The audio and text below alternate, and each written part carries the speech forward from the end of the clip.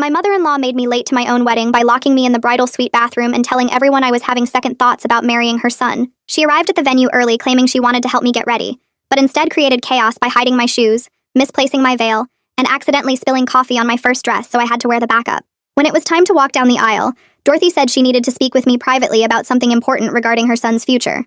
She led me to the bathroom to fix my lipstick, and while I was looking in the mirror, she stepped out and locked the door from the outside with a key she'd gotten from venue staff by claiming she was the wedding planner.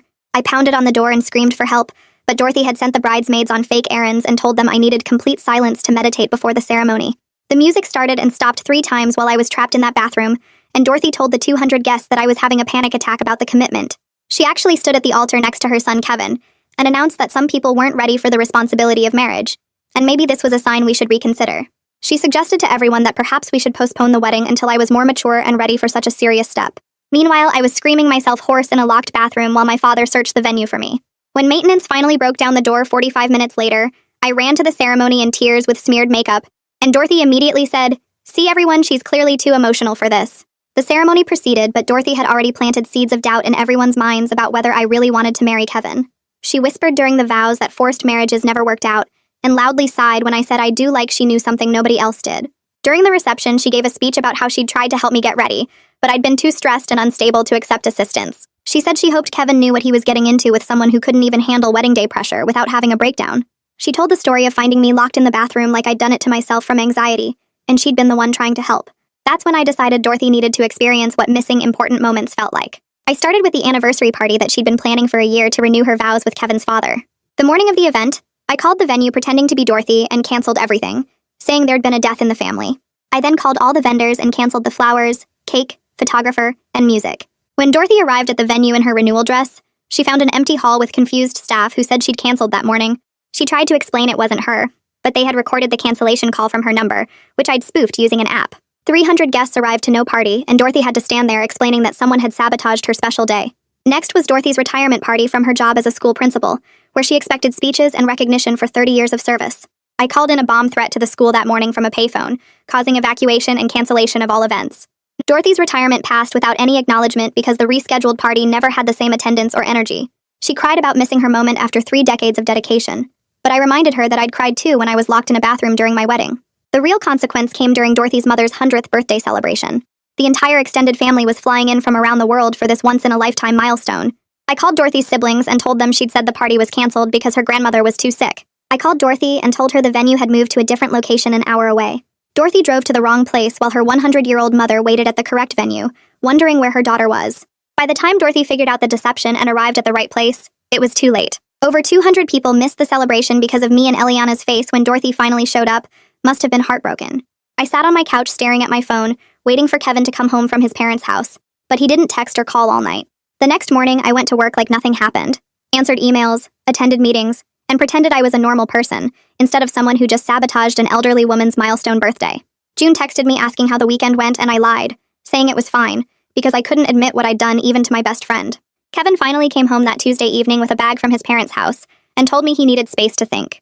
He slept in the guest room for 3 nights straight, barely speaking to me except to ask where the coffee filters were, or if I'd paid the electric bill. On Friday morning, someone knocked on our apartment door at 7:30, and when I opened it, 2 detectives stood there with badges and serious expressions. They asked if I was home and if they could come inside to ask some questions about some incidents involving my mother-in-law. I let them in because saying no would have looked guilty, and they sat on our couch asking about my whereabouts on specific dates, whether I had alibis, if I knew anything about spoofed phone calls or vendor cancellations. One detective, a woman with gray hair pulled back tight, showed me printouts of call records and asked if I recognized any of the numbers. I said I didn't know anything about it, but my voice shook and I kept touching my hair, which I do when I'm nervous. The male detective asked if I'd ever been to the school where Dorothy worked, and I remembered the payphone I'd used for the bomb threat and wondered if they had security footage. They asked about my relationship with Dorothy, whether we got along, if there had been any conflicts between us. I mentioned the wedding bathroom incident because they probably already knew about it, and the female detective wrote something in her notebook without looking up. They thanked me for my time and said they'd be in touch if they had more questions, and after they left, I sat on the floor hyperventilating. I called a lawyer that afternoon, someone June's cousin had used for a DUI, and made an appointment for Monday morning. The lawyer's office was in a strip mall next to a nail salon, and he looked younger than me, which didn't inspire confidence. He listened to everything I'd done, taking notes on a yellow legal pad, and when I finished, he leaned back in his chair and sighed. He explained I could face charges for filing a false bomb threat, which was a felony that could mean actual prison time, plus fraud for the vendor cancellations and harassment for the coordinated sabotage campaign. The bomb threat was the serious one, he said, because it involved terrorism charges and cost the school district thousands in emergency response. He asked if I'd left any digital footprint, if I'd used my own phone or computer for any of it, whether anyone saw me at the payphone. I told him about the spoofing app and using cash for the payphone, and he said that was smart, but the police were good at finding evidence. He quoted me $3,000 for a retainer and said we should wait to see if charges were actually filed before doing anything. I paid with a credit card Kevin didn't know about and left feeling sick. Kevin called me that Wednesday, his voice flat and distant, saying his family knew everything because Dorothy had shown them evidence linking me to all 3 incidents. She had call records, emails from vendors confirming cancellations, testimony from family members about the fake calls they'd received.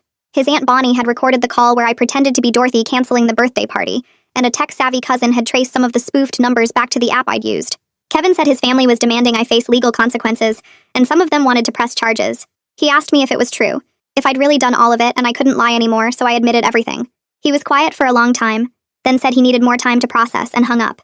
I didn't hear from him for 4 days. June came over that Friday night with wine and takeout, and I finally told her everything I'd done. She looked shocked at first, then disappointed, which felt worse than anger. She asked why I'd gone so far, why I hadn't just talked to Dorothy, or gone to therapy, or done literally anything else besides systematic revenge. I tried to explain about the wedding humiliation, about feeling powerless and wanting Dorothy to understand what she'd done to me, but June just shook her head. She said making a 100-year-old woman miss her own birthday was cruel no matter what Dorothy had done to me. 2 weeks later, Kevin texted me that his grandmother Eliana had suffered a minor stroke. The message was short, just the facts, no emotion or extra words. The doctor said the stress and disappointment from missing her birthday celebration likely contributed to it. She was stable but had some weakness on her left side and trouble with certain words. Kevin didn't call or ask me to visit the hospital, just sent that one text and nothing else. I read it over and over, sitting in my car in the work parking lot, and something broke inside me. I genuinely hurt an innocent elderly woman who'd never done anything to me, who didn't even know about the wedding bathroom incident, who was just Dorothy's mother trying to celebrate her 100th birthday. The guilt hit me like a physical weight pressing on my chest, making it hard to breathe. I drove home and threw up in the bathroom, then lay on the floor crying until my throat was raw. That night I couldn't sleep. Just stared at the ceiling thinking about Eliana in a hospital bed with stroke symptoms, because I'd been so focused on hurting Dorothy that I didn't care about collateral damage. The next few days I couldn't eat, just drank coffee and felt nauseous all the time. I'd start crying at random moments, in the grocery store or at my desk at work or while brushing my teeth. My boss asked if I was okay and I lied, saying I had a stomach bug. June checked on me daily, but I could tell she was worried about my mental state. Kevin still wasn't coming home or responding to my calls. The school district pressed charges over the bomb threat in early November, and my lawyer called to say this was serious, and we needed to prepare for court. The district had spent over $15,000 on emergency response, evacuating the building, bringing in bomb-sniffing dogs, counseling for traumatized staff and students. Teachers had described genuine terror, not knowing if they were in danger, worried about their students' safety. My lawyer said the prosecutor was pushing for jail time because of the severity, and because I'd shown no remorse initially. He asked if I was willing to plead guilty and show accountability, which might reduce the sentence. I said yes because I was guilty and everyone knew it. Dorothy's lawyer sent a cease and desist letter to my apartment, delivered by certified mail, so I had to sign for it. The letter demanded I have no contact with any family members, not Dorothy or Kevin or anyone else, and threatened a civil lawsuit for emotional distress and financial damages. It itemized costs from all 3 sabotaged events, including the venue deposits Dorothy lost, the vendor cancellation fees she had to pay, the cost of rebooking her anniversary party that never happened, and the emotional distress of missing her mother's milestone birthday. The total was over $40,000. I showed the letter to my lawyer and he said Dorothy had a strong case for a civil suit on top of the criminal charges. June helped me find a therapist who specialized in anger management and destructive behavior patterns, and I made an appointment for the following week. The therapist's office was in a converted house with plants everywhere and soft lighting that was probably supposed to be calming. She asked me to explain why I was there, and I told her everything, starting with the wedding bathroom incident and ending with Eliana's stroke. She listened without judgment, taking occasional notes, and when I finished, she asked what I'd actually gained from hurting Dorothy. I sat there trying to think of an answer but couldn't come up with anything good. I hadn't felt better or vindicated or satisfied.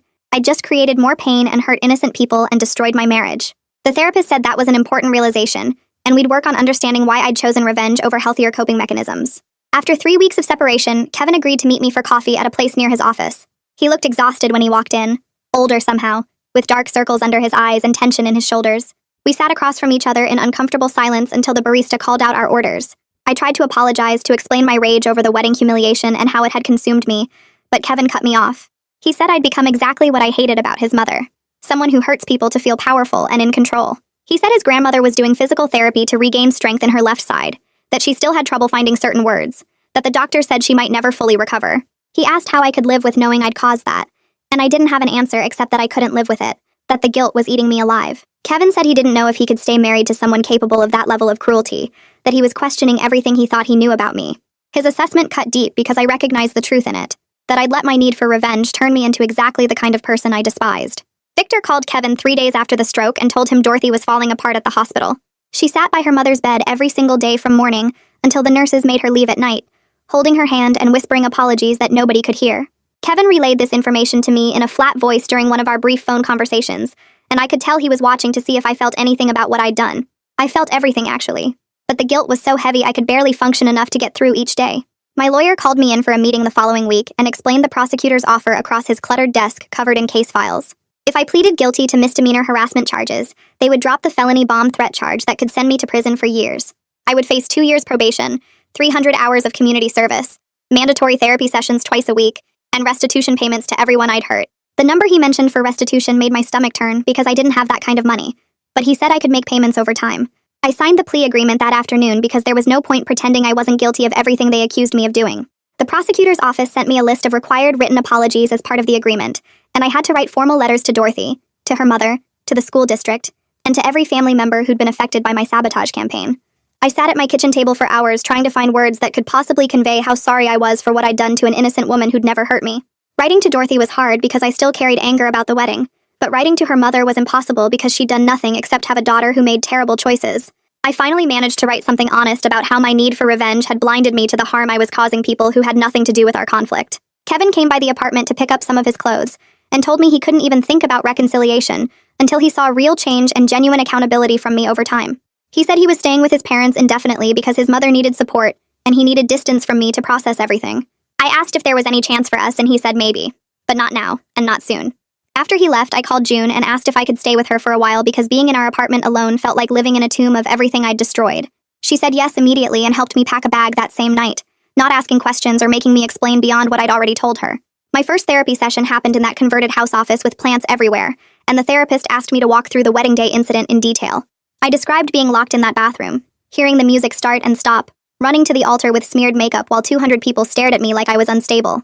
She asked why that particular humiliation felt so unbearable that I needed to respond with such extreme revenge, and I realized I didn't have a good answer beyond the burning rage that had consumed me. Over the next several sessions, she helped me understand that Dorothy's sabotage had triggered something deeper about feeling powerless and controlled, about being humiliated in front of everyone I knew and having no way to defend myself. I started seeing that I'd recreated the exact same power dynamic with Dorothy, that I'd hated so much, just with our roles reversed and with innocent people caught in the crossfire. The therapist pointed out that I'd become the person who locked someone out of their important moments, who made someone feel powerless and humiliated, who hurt people to feel in control. Kevin's aunt called him to say that his grandmother was discharged from the hospital with some remaining speech problems, and that she was organizing a small makeup birthday celebration at her house. I wasn't invited, and Kevin made that explicitly clear when he told me about it, saying his extended family wanted nothing to do with me after what I'd caused. I had to sit with the knowledge that I'd permanently damaged my relationship with people who might have become my family if I hadn't been, so focused on hurting Dorothy that I didn't care who else got hurt. My therapist received a call from Dorothy's therapist 6 weeks into my treatment, asking if I would be willing to participate in a mediated conversation between the two of us. The idea terrified me because I didn't know what Dorothy would say or how I would handle being in the same room with her, but I agreed because I owed her at least that much after everything. The mediator explained in our preliminary phone call that this wasn't about reconciliation or forcing us to be friends, but about both of us taking real accountability for our actions and understanding the cycle we'd created. The mediation session took place in a neutral office with comfortable chairs and a box of tissues on the table between us, and Dorothy looked older and more tired than I'd ever seen her. The mediator asked Dorothy to speak first about her experience, and she talked about the wedding day with tears running down her face. She said she'd been scared of losing Kevin to someone she thought was trying to replace her in his life, and she'd acted out of fear rather than thinking about how her actions would affect me. Dorothy admitted that locking me in that bathroom was wrong and cruel, that she'd humiliated me in a way I didn't deserve, but then her voice got stronger when she talked about what I'd done to her family. She described visiting her mother in the hospital every day, watching her struggle to form words, knowing that her daughter's revenge campaign had contributed to the stroke that might have permanent effects. I sat there listening and realized I'd never really thought about Dorothy as a whole person with her own fears and pain, just as an enemy who needed to be punished. The mediator asked me to respond, and I had to acknowledge out loud that nothing Dorothy did to me on my wedding day justified what I'd done to her mother. I looked at Dorothy and saw genuine pain in her eyes when she talked about almost losing her mother, about missing that 100th birthday celebration, about the guilt that was eating her alive just like mine was eating me. We were both crying by the end of the session, Not because we'd forgiven each other or become friends, but because we finally recognized the real damage we'd caused each other and everyone around us. The mediator helped us see that we'd both acted from fear and hurt, creating a cycle of retaliation that spiraled way beyond what either of us had originally intended. Dorothy said she never meant to humiliate me as severely as she did, that she just wanted to delay things and make me seem nervous, not destroy my wedding day completely. I admitted that I never considered the collateral damage my revenge would cause, that I'd been so focused on making Dorothy suffer that I didn't think about her mother or the school staff or anyone else who got hurt. The mediator called us back 3 weeks later, and this time Kevin came with us. He sat between Dorothy and me in that same neutral office with the tissue box on the table, and his jaw was tight when he started talking. He told us both that he loved us, but he couldn't have relationships with people who hurt others just to manage their own pain. His voice stayed calm, but I could see his hands shaking slightly when he said we both needed to show real change over time, not just apologize and expect everything to be fine. Dorothy started crying and reached for his hand, but he pulled back gently and said he needed space from both of us until we could prove we were actually different people than we'd been during this whole mess. The mediator asked if he wanted to say more, and Kevin looked at me with this exhausted expression that made my chest hurt. He said the woman he married wouldn't have done what I did to his grandmother, and the mother he grew up with wouldn't have locked someone in a bathroom on their wedding day, so he didn't know who either of us really were anymore. Dorothy and I both sat there crying while Kevin explained that love wasn't enough if we kept hurting people, and he was tired of being caught between two people who claimed to care about him, but kept destroying each other and everyone around them. He left before the session ended, and the mediator had to help both of us calm down enough to drive home. My community service started the following Monday at a senior center 3 blocks from my apartment. The coordinator assigned me to help with activities and meal service, which felt appropriate given what I'd done to Eliana. The first day I met residents like Margaret, who told me stories about her grandchildren, and Frank, who needed help cutting his food because of arthritis, and Susan, who got confused sometimes and called me by her daughter's name. Working with them forced me to see elderly people as real individuals, with feelings and memories and families who loved them, not just collateral damage in someone else's fight. Margaret showed me photos of her 100th birthday party from 2 years ago, and talked about how special it was to have all her children there, and I had to excuse myself to cry in the bathroom because I'd stolen that exact experience from Eliana. Frank asked me one day why I looked so sad, and I told him I'd hurt someone's grandmother really badly, and he patted my hand and said the fact that I felt guilty meant I could still become a better person. I spent 8 hours every Saturday at that center for 6 months, and by the end I knew everyone's names and their favorite foods and which families visited regularly, and which residents sat alone during visiting hours hoping someone would come. Dorothy's letter arrived on a Tuesday afternoon in a cream-colored envelope with careful handwriting. My hands shook when I opened it and saw 3 pages of her neat script explaining everything. She apologized for the wedding day sabotage and said she'd been in therapy for 2 months working on her control issues and her fear of abandonment. Dorothy wrote that she'd been terrified of losing Kevin to someone she thought was trying to replace her, and she'd acted out of panic rather than thinking about how her actions would destroy my wedding day and humiliate me in front of everyone I loved. She didn't make excuses, but she explained that her own mother had been controlling and critical, and she'd promised herself she'd be different, but ended up repeating the same patterns with Kevin. The letter said she understood now that locking me in that bathroom was cruel and wrong, and she'd spent weeks in therapy unpacking why she felt so threatened by me joining the family. Dorothy wrote that she was working on seeing me as a person instead of a threat, and she hoped someday I might be willing to try building something better than the relationship we'd destroyed. She ended by saying she forgave me for what I'd done to her family, even though it would take time to heal from it, and she hoped I could forgive her too, eventually. I read that letter 5 times and cried through every reading because it was the first time Dorothy had acknowledged the real damage she'd caused me, and it helped me understand she'd been acting from pain instead of pure hatred. I spent a week writing my response, drafting and redrafting until I got the words right. I accepted her apology and told her I understood better now that she'd been scared of losing her son, but understanding her motivations didn't erase what she'd done to me on what should have been the happiest day of my life. I acknowledged that my wedding humiliation didn't justify what I'd done to her mother and her family, and I was sorry for causing pain to people who'd never hurt me. I wrote that I was in therapy too, working on my anger and my need for revenge, and I was learning that hurting people back doesn't actually make the original hurt go away. I suggested we continue our parallel therapy work without direct contact for now, giving both of us time to actually change instead of just promising to change. I told her I hoped someday we could figure out how to exist in the same family without destroying each other, but I wasn't ready for that yet, and I didn't think she was either. I mailed the letter on a Friday and felt lighter somehow, like I'd put down something heavy I'd been carrying. Eliana's note came through Kevin 2 weeks later. He texted asking if he could drop something off, and when I opened the door, he handed me a small envelope without coming inside. The note was written in shaky handwriting that looked like it took effort to form each letter. Eliana wrote that she forgave me for what I'd done, and she understood I'd been hurting, but she needed time before we could see each other face to face. She said she hoped I'd use this experience to become a better person and learn to handle pain without passing it on to others. She wrote that she'd lived a long life and seen many people make terrible choices, and the ones who mattered were the ones who learned from those choices and grew. Her grace, despite what I'd cost her, made me cry for hours after Kevin left. I sat on my couch holding that note and thinking about how this woman I'd hurt so badly was showing me more kindness than I'd shown anyone during my revenge campaign. I called my therapist and told her about the note, and we spent our next session talking about how to accept forgiveness without minimizing what I'd done to deserve needing it. My therapist started teaching me healthier ways to handle anger and hurt during our sessions. She had me practice setting direct boundaries instead of seeking revenge, and we role-played difficult conversations with her pretending to be Dorothy. I had to learn how to say things like, "What you did hurt me, and I need you to acknowledge that," instead of planning elaborate schemes to hurt her back. June came to one session to help with the role-playing, and she was surprisingly good at mimicking Dorothy's defensive responses. I practiced expressing hurt without attacking and stating what I needed without making threats, and walking away when conversations became too heated instead of escalating. My therapist gave me homework assignments where I had to write down moments when I felt angry, and then write 3 possible responses, one revenge-based, one passive, and one direct and healthy. It was harder than I expected to come up with healthy responses, because my brain automatically jumped to how I could hurt the person back. June and I practiced these conversations over coffee every week, and she'd throw curveballs at me like Dorothy might, forcing me to stay calm and direct instead of getting defensive or aggressive. Kevin called me 6 months after his grandmother's birthday to ask if I'd be willing to try couples counseling. I agreed immediately, even though the thought terrified me because I missed him desperately, and wanted to fix what I'd broken. Our first session was awkward and painful, with both of us sitting stiffly on opposite ends of the therapist's couch avoiding eye contact. The therapist asked us each to describe why we were there, and Kevin said he needed help processing his feelings about my capacity for deception and harm.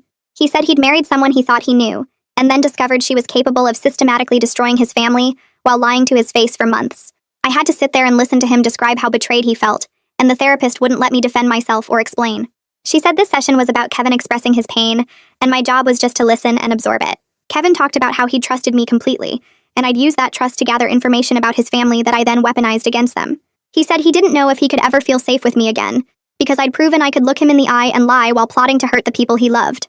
The therapist had us come back twice a week, and each session felt like pulling teeth. Kevin talked about feeling betrayed, not just by my actions, but by my ability to compartmentalize the harm I was causing. He said I'd gone to family dinners and smiled at his relatives while secretly planning their destruction, and that level of deception scared him more than the revenge itself. I had to sit with his hurt and anger without defending myself or minimizing what I'd done, and it was the hardest thing I'd ever experienced.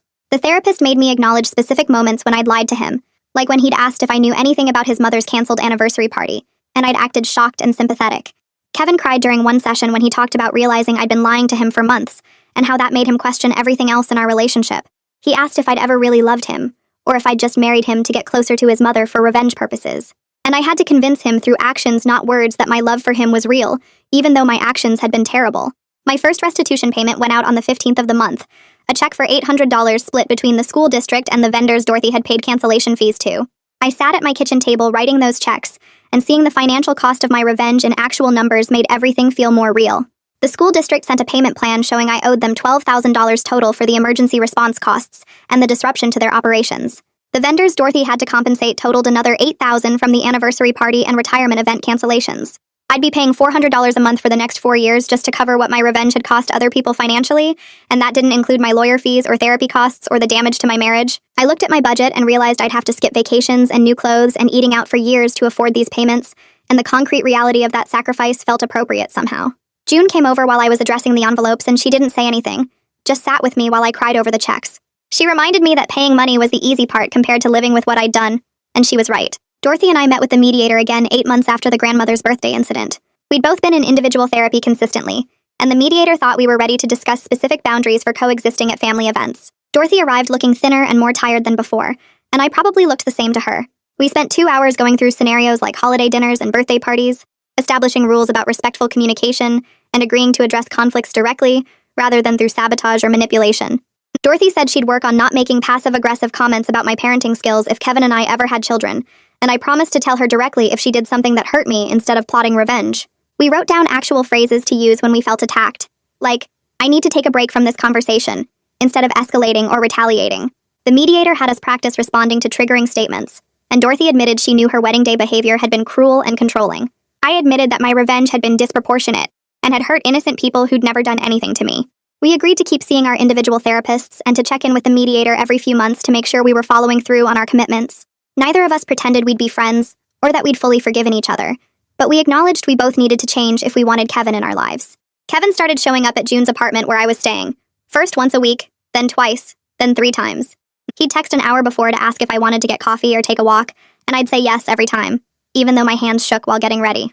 We met at neutral places like the park or the quiet cafe on 5th Street where nobody we knew went, and we talked about his work at the engineering firm or my job at the marketing agency, or the weather, or anything that didn't involve his family, or my revenge, or the wreckage of our marriage.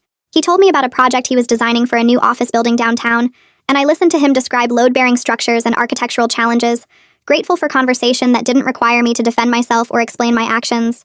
I asked questions about the building's design, and he pulled out his phone to show me sketches, and for 20 minutes we were just two people discussing something normal and safe. When he walked me back to June's building afterward, he didn't try to hug me or hold my hand, just said he'd text me later in the week. And I watched him drive away feeling like maybe we could find our way back to something that resembled a relationship. The next time we met, I told him about a difficult client at work, and he offered advice without judgment. And the time after that, he mentioned his dad was having knee surgery, and I asked follow-up questions that showed I cared about his family, even though they probably hated me. We were building something careful and fragile, testing whether we could exist together without the weight of what I'd done crushing every interaction.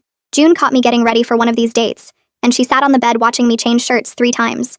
She said she was proud of the therapy work I was doing and the restitution payments I was making and the way I was showing up consistently to try to fix things. But then she said she still had moments where she looked at me and felt uncomfortable knowing what I was capable of when someone hurt me. Her words landed like stones in my stomach because I wanted her to tell me everything was fine, and I was forgiven, and we could go back to being best friends without any weird tension. Instead, she was being honest about the fact that seeing me plan and execute revenge on an elderly woman had changed how she saw me, and that honesty was harder to hear than anger would have been. I asked if she thought I was a bad person, and she said no, just someone who made really bad choices. When she was hurting and she believed I was working to become better, but that didn't erase her memory of who I'd been during those months of planning sabotage. I thanked her for not lying to make me feel better, and she hugged me, and I left for my date with Kevin feeling like maybe I didn't deserve to feel comfortable yet. Thursday evening, I drove to a community center across town for an anger management support group my therapist had recommended. 12 people sat in a circle of folding chairs in a room that smelled like coffee and floor cleaner, and a woman named Nadine who ran the group asked if anyone wanted to share. A man in his 40s talked about punching a hole in his wall during an argument with his teenage son, and a younger woman described keying her ex-boyfriend's car after he cheated on her, and I listened to their stories feeling less alone in my destructive choices. When Nadine asked if I wanted to share, I said I'd done something really bad to get revenge on someone who'd humiliated me, and I'd hurt innocent people in the process, including an elderly woman who ended up having a stroke. I didn't give details about the wedding or the birthday party, just said I'd let my anger control me for months, and now I was dealing with legal consequences and a damaged marriage and guilt that kept me awake at night. 3 people nodded like they understood, and a man named Robert said it sounded like I was taking real accountability instead of just saying sorry, which actually meant something. Nadine asked what I was doing differently now when I felt angry, and I explained about therapy and learning to set boundaries directly, instead of plotting revenge, and she said that was exactly the kind of work that led to genuine change. I left the meeting feeling like maybe I wasn't a monster, just someone who'd made terrible choices and was trying to learn better ones. Kevin's phone buzzed during our couples therapy session the following week, and he glanced at it and said his mom was inviting him to a family dinner on Sunday, and she'd specifically said I was welcome to come if I felt comfortable. Our therapist asked how I felt about that invitation, and I said it felt like Dorothy was trying to make space for me even though I'd hurt her family badly, which seemed like a significant gesture. Kevin asked if I wanted to go, and I said no. I wasn't ready to sit at a table with his relatives who probably thought I was cruel and unstable, but I appreciated that Dorothy was trying to include me. The therapist said it was okay to recognize someone's effort toward reconciliation, while still maintaining boundaries about what I could handle, and Kevin nodded and texted his mom back saying he'd come alone, but thank you for inviting me.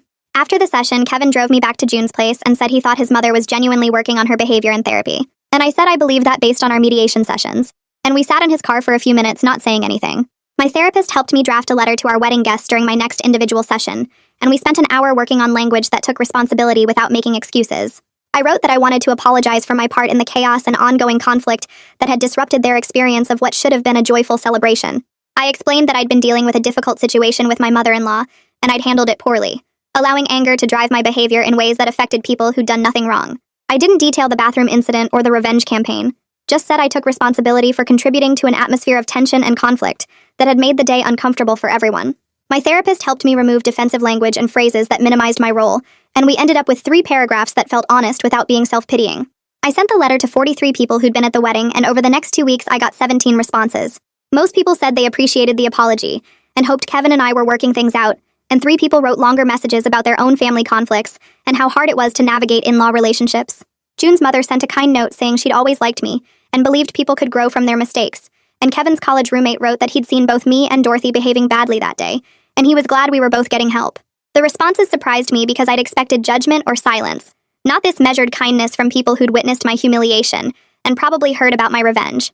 Kevin admitted during our next couples session that he was struggling to reconcile the woman who'd planned elaborate revenge against his family with the woman he'd fallen in love with 3 years ago. He said he kept trying to make those two versions of me fit together in his head, and he couldn't. And he wasn't sure if he could fully trust me again. His voice cracked when he said it, and I wanted to defend myself or explain or promise I'd never do anything like that again.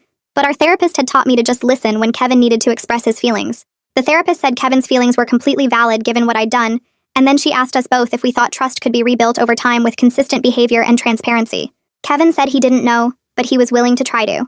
I said, I understood if he couldn't trust me, and I'd keep working on being trustworthy, whether we stayed together or not. We sat in heavy silence for the rest of the session, while the therapist talked about patience and realistic expectations, and the long road ahead of us. My boss called me into her office on a Wednesday afternoon, and said they were promoting me to senior account manager with a 15% raise. I almost said no because I didn't feel like I deserved good things, when I was still paying for the bad things I'd done. But I remembered my therapist saying I needed to accept positive developments as part of moving forward, instead of staying stuck in shame. I thanked my boss and accepted the promotion, and that evening I calculated that the extra money would let me increase my restitution payments and finish paying everything back 8 months earlier than planned. Dorothy texted me that night saying congratulations on the promotion. Kevin must have told her, and I texted back thanking her and asking how her therapy was going. She said it was hard but helpful, and I said same, and we had a brief exchange about our therapist's different approaches that felt almost normal.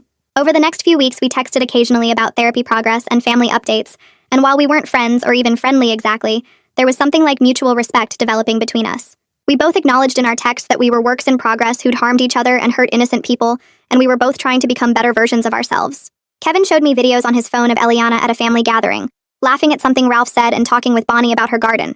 Her speech was clearer than it had been right after the stroke, though she still searched for words sometimes and spoke more slowly than before. I watched the videos feeling genuine relief that she was recovering, even though I knew my actions had contributed to her stroke and the difficult recovery process she'd gone through. Kevin said she was doing speech therapy 3 times a week, and the doctors were optimistic about continued improvement, and I said I was glad, and I meant it. He asked if I wanted to move back in together on a trial basis, and my heart jumped in my chest. I said yes, but I understood we were rebuilding from scratch, and he said that was exactly right. He was choosing to try, but he couldn't promise it would work. We agreed I'd move back in the following weekend, and we'd keep doing couples therapy and individual therapy, and we'd take things slowly, and if either of us felt like it wasn't working, we'd be honest about it. I hung up the phone and cried, not from happiness exactly, but from something like hope, mixed with fear and gratitude that he was willing to give us another chance. I moved back in the following weekend with 3 boxes of clothes and my laptop, and Kevin helped me carry everything up the stairs without saying much. The apartment looked the same but felt different, like we were 2 careful strangers sharing space instead of the married couple who'd lived here before everything fell apart. He'd cleaned out half the closet for me and cleared 2 drawers in the dresser, and I put my things away slowly while he made dinner in the kitchen. We ate pasta at the table and talked about work and the weather and safe topics that didn't require us to acknowledge how fragile this felt. That night, I lay awake listening to him breathe on his side of the bed, both of us maintaining space between us like there was an invisible line we weren't ready to cross yet. 2 weeks later, Kevin's father, Victor, called to invite us to a barbecue at their house, and I felt my stomach drop when Kevin were accepted for both of us. The drive to his parents' place took 40 minutes, and I spent the whole time picking at my cuticles and rehearsing things to say that might sound normal. When we pulled up, I saw cars already parked in the driveway, and heard voices coming from the backyard, and I had to force myself to open the car door instead of asking Kevin to take me home. Victor was manning the grill when we walked through the gate, and he nodded at me with a neutral expression that wasn't hostile, but wasn't exactly welcoming either. Bonnie stood near the picnic table arranging potato salad and coleslaw, and when she saw me, she gave a tight smile and said hello before turning back to the food. Ralph sat in a lawn chair with a beer, and he looked at me for a long moment before looking away without speaking. I felt Kevin's hand on my lower back guiding me toward a cooler where I grabbed a soda just to have something to hold. The afternoon crawled by with awkward conversations and long silences, where I could feel people watching me and wondering if I was really different, or just pretending. Victor asked Kevin about work, and they talked about construction projects while I stood there nodding and trying to look interested. Bonnie asked me how my job was going, and I gave a brief answer about the promotion, and she said that was nice before excusing herself to check on something in the kitchen. Ralph never spoke directly to me, but I caught him staring a few times with an expression I couldn't read, like he was trying to figure out if I was safe to have around his family. I helped carry food to the table when it was ready, and sat between Kevin and an empty chair, eating slowly, and listening to everyone else talk about relatives and upcoming holidays, and normal family things that I wasn't quite part of yet. Dorothy arrived halfway through the meal carrying a bowl of fruit salad, and the conversation stopped for a beat when she saw me sitting there. She set the bowl on the table and said hello to everyone, including me, and I said hello back in a voice that came out quieter than I meant it to. We made brief eye contact, and I saw something complicated in her expression. Not quite forgiveness, but not the anger I'd seen before either. She sat across from me and served herself food, and we ate in careful silence while the others slowly resumed talking around us. Later, when people started clearing plates, I followed Dorothy into the kitchen with a stack of dirty dishes, and we stood at the sink together rinsing and loading the dishwasher without speaking. The silence felt different from the hostile quiet from before, more like two people who'd hurt each other badly and were trying to figure out how to exist in the same space. She handed me a serving platter to dry, and I took it without our hands touching, and we worked through the pile of dishes in this strange, careful dance of avoidance and coexistence. When we finished, Dorothy went back outside, and I stayed in the kitchen for a minute, catching my breath and telling myself I could do this. Through the window, I saw Kevin talking with his father and Bonnie laughing at something Ralph said, and it looked like a normal family gathering except for the underlying tension that came from everyone knowing what I'd done. I was about to go back outside when I heard a car door and saw Eliana walking slowly toward the backyard with Victor holding her arm. My heart started pounding and my hands went cold because I hadn't known she was coming and I wasn't prepared to face her. Kevin saw her and smiled, going over to hug her and help her to a comfortable chair, and I watched through the window feeling frozen in place. Dorothy brought her mother a plate of food and a glass of water, and everyone gathered around asking how she was feeling and telling her she looked good. I knew I needed to go out there, but my legs wouldn't move, and I stood in the kitchen trying to remember what my therapist had said about facing the people I'd harmed and taking responsibility for my actions. I finally forced myself to walk outside, and Eliana looked up when I approached, her eyes meeting mine with an expression I couldn't quite read.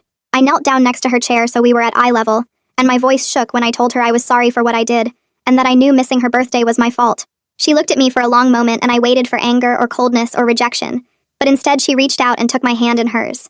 Her skin felt thin and papery, and her grip was weak but steady, and she told me she could see I was trying to be better, and that's what mattered now. Her voice was slower than I remembered, and she had to search for some words, but her meaning was clear, and her eyes were kind in a way I didn't deserve. I felt tears burning behind my eyes, and I thanked her and squeezed her hand gently before standing up and walking quickly toward the house. I made it to the bathroom and locked the door before the crying started, sitting on the edge of the tub with my face in my hands, while relief and guilt crashed over me in waves. I'd expected her to hate me, and instead she'd shown me grace, and somehow that made the guilt worse because it reminded me of how badly I'd hurt someone who'd never done anything to deserve it.